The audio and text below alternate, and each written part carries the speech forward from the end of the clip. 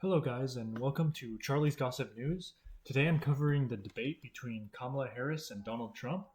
Kamala Harris is the current Vice President of the United States. She's the first female Vice President, and Donald Trump is the 45th President of the United States.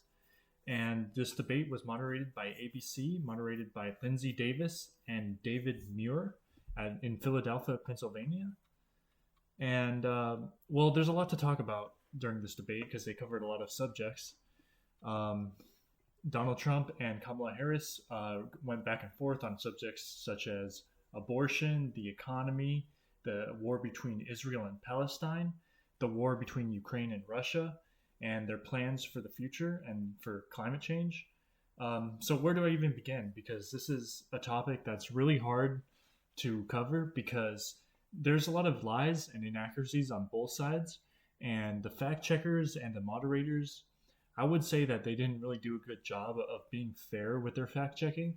Um, a lot of people have commented that it seems like they were going really hard on Donald Trump and giving Kamala Harris some softball questions. Um, Personally, I think it wasn't as bad as people make it out to be, but Donald Trump did seem to kind of get frazzled by Kamala Harris.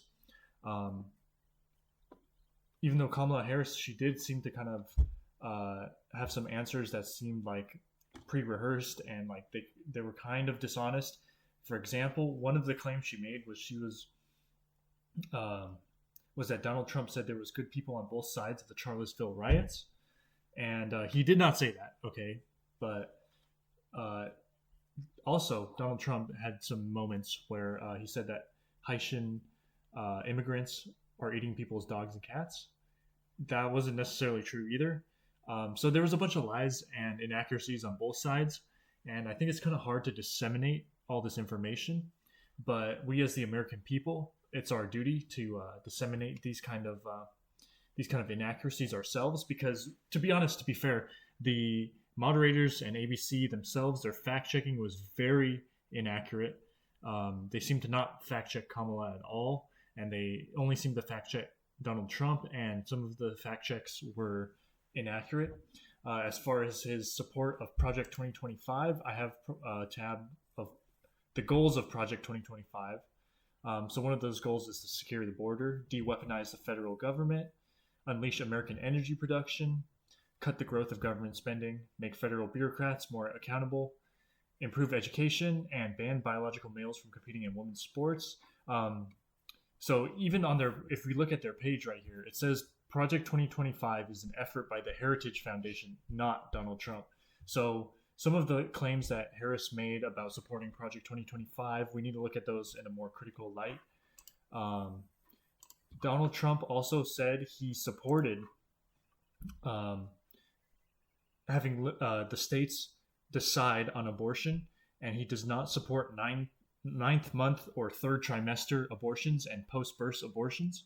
And he did make a claim that I checked to be accurate, which was the former governor of Virginia. He did, in fact, support post-birth abortion. So that's something that Donald Trump was correct on. And Kamala Harris said she would come out in support of the decision of Roe v. Wade, and that's what Americans wanted, and that women do not trust Donald Trump to make decisions about their bodies. So that really subject, it depends on whether you're pro-life or pro-choice, based on which candidate you support. And then as far as the war between Israel and Palestine, Donald Trump argued that Kamala Harris and Joe Biden have allowed the war to continue and have in fact given Iran millions of dollars to support terrorism. Whereas Donald Trump said that he would get the war cleared up overnight, and that also applies to Ukraine versus Russia. He said that he would have conversations with both the leaders and get the war stopped even before he became president, when he was president elect. So that's a kind of a big claim right there too. And Kamala didn't really have a comeback for that. She said that Donald Trump is disrespected by the world leaders and they're laughing at him. But in several cases, we've seen Donald Trump have negotiations with someone like Kim Jong Un that no other president hasn't been able to do. The North Korea is known as the Hermit Kingdom, and they are very reclusive. But Donald Trump was able to have negotiations and open up the country to peace talks and whatnot. So, and then Kamala Harris, claimed that Donald Trump wants to be a dictator, and he would be a dictator on day one, and he aspired to those kind of dictators. I think that's maybe partially true, but Donald Trump also, that's kind of a positive because he also has the ability to talk to these kind of people and open up negotiations where other politicians like Joe Biden could not possibly even do. So, I mean, this debate was very confusing because there's a lot of lies, not a lot of fact checks. So even here, I'm just making this video without any notes, and I'm just trying to think back on what I remember about it. Obviously, I do have a little bit of bias. Every news source has a bias, but I felt like ABC. We can agree that the moderators, they didn't really do a good job. I felt like they were kind of being unfair. As far as the time and stuff, the format, yeah, I get that. That's pretty fair.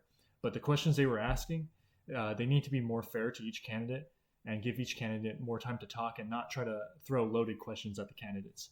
Throw very basic questions and try to give them each a chance to speak, and don't try to like throw loaded questions where there's no right answer. So that's just my opinion. I feel like this debate could be better if the moderators were more truly objective. I feel like ABC, they try to take a political stance. So that's just my opinion. What do you guys think? Let me know in the comments below. And thank you for watching Charlie's Gossip News.